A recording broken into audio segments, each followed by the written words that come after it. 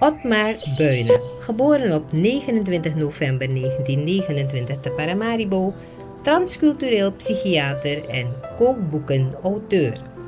Otmar Henry Buyne trad in 1974 als psychiater in dienst van Slans Psychiatrische Inrichting. 3 jaar later werd op zijn initiatief het kinderpaviljoen van deze instelling opgericht. In 1976 zette hij voor Stichting Tehuizen Geestelijk Gehandicapten Suriname, Stigesu, het eerste dagverblijf op voor gehandicapte kinderen. Buyne promoveerde in 1978 aan de Universiteit van Suriname op zelfmoordpogingen. Zijn proefschrift was het eerste met een samenvatting in het Sranang-Tongo.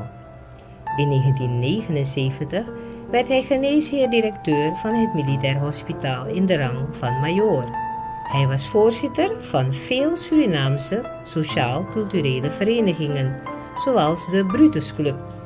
Buyne vertrok in 1980 naar Nederland, waar hij als transcultureel psychiater zijn kennis van de Surinaamse cultuur combineerde met de westerse geneeskunde bij de behandeling van patiënten met een Surinaamse achtergrond. Na zijn pensionering wijdde hij zich aan zijn hobby, de Afro-Surinaamse kookkunst.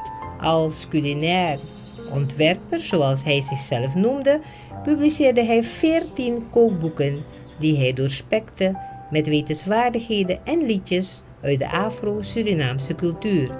In 2001 werd Buyne benoemd tot officier in de Ereorde van de Gele Ster.